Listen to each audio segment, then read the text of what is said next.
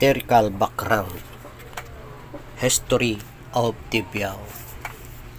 It was on August 3, 1786 at 5 p.m.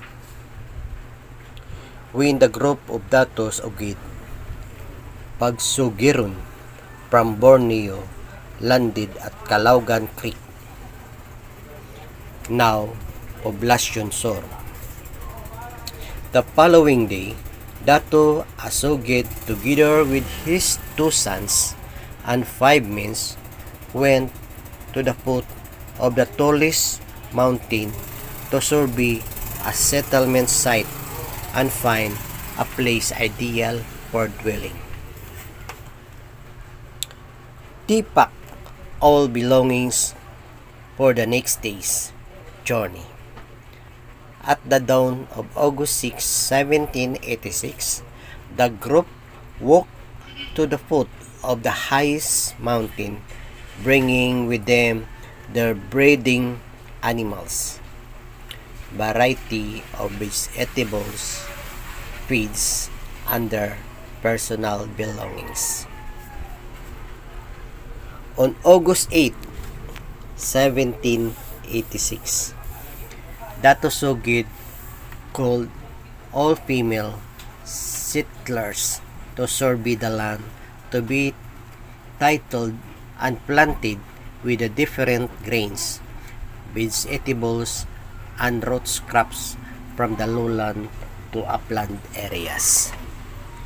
In the morning, on May 2, 1826, Dato Agwid called for the meeting to plan a celebration to give thanks to God for all blessing they received after decade of safe, progressive, and harmonious relations in his community away from his cruel brother-in-law, the Sultan of Borneo, and the Muslim pirates' ambitions. During that meeting, they agreed to construct a church with a 20 by 10 by 4 yards dimension, with thatched palm leaf roofing and wooden slab walls. When the construction of church was completed on October 28, 1826, Dato Agwid made a visit to Governor Barbosa and Father Islao at the parish of Barbasa, requesting to hold a mass, Christian and solemnized marriages on their newly completed church at Barangay Agwid at the foot of the tallest mountain near the second river from Barbasa town. On November 1, 1826, at the Bisperas, the big wooden cross was erected atop of mountain as per instruction of the governor, where Mount Cross got its name, and the Thanksgiving Mass was held the following day, November 2. After the Mass, there were revelries, games, and sumptuous food and drinks served. During the merrymaking, Governor Barbosa delivered his message praising Dato Agwid Pagsugiron and gave orders in Spanish language, which was interpreted by Jose Tabuyan Modisto in the local dialect to wit: the Dato Agwid Pagsugiron will be called Dato Agwid Pagsugiron Amar due to his sense of amiability, courteousness, being a good provider and a good leader. That the Barrios will name Amar Paris because many pairs of lovers, which were married, solemnized, and the residents of the community were christened. That was a directive that the Barrio site will be transferred to lowland, preferably near the sea to be accessible to other towns. Inspired by the message and directive of the governor, and without hesitation, Dato Agwid stood up and accepted all the orders. It was on November 6, 1828 when Dato Agwid Pagsubiron Amar chose 5 men to go downhill to survey the purpose town site between the middle of the two creeks, Calaugan and Palaypay. Juan Amar Sarcino drafted the new town site, presented town site of the municipality according to the location of church, convent, plaza, the street information, and the residential areas. On November 10, 1828, Dato Agwid ordered to clean the areas from the creek to creek, and clearing job was done after 3 days.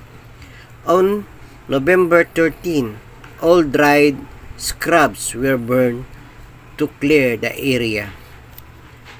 On the 4th of November, the site extended for the church and convent was laid out. There were cut on November 17, 21 to provide construction materials for the church and the convent. Logs were hauled from the hilltop to the construction site on 20th and 29th on December 1, 1828. The materials needed for the post were prepared. 2 days later, the 24 church posts were erected and the work was completed. The construction of 20 by 10 by 8 yard convent started on December 15 and ended on December 19, leaving the work on roofing, waiting for shipments and construction materials purchased in Iloilo and loaded on Binta.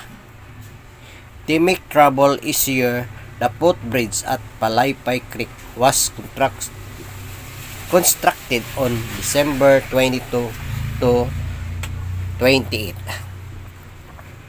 and the Calaugan wooden bridge on January 5, 1829. On January 15 to 21, on the same year, the cemetery was built between Calaugan and Sawang Creeks. Dato Agwid P. Amar called in for a meeting on January 22, requesting Governor Barbosa and Father Islao o Barbasa for a permanent parish priest which was written in Spanish language as suggested by Juan Amar Sarcino. Juan Amar Sarcino, together with 8 other men, made representation to Governor Barbosa and Father Islao on January 23, 1829.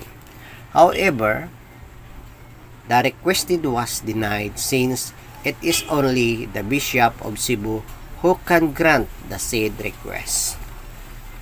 In a meeting convened on January 24, 1829, Dato Agwid selected an 8 members delegation as the representative to the Bishop of Cebu.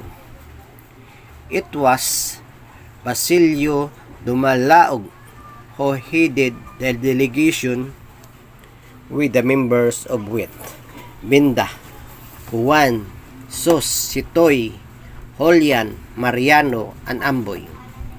The delegation left the following day, passing mountain ranges of Leon and reaching Iloilo town proper at 4:30 p.m. on January 31, 1829.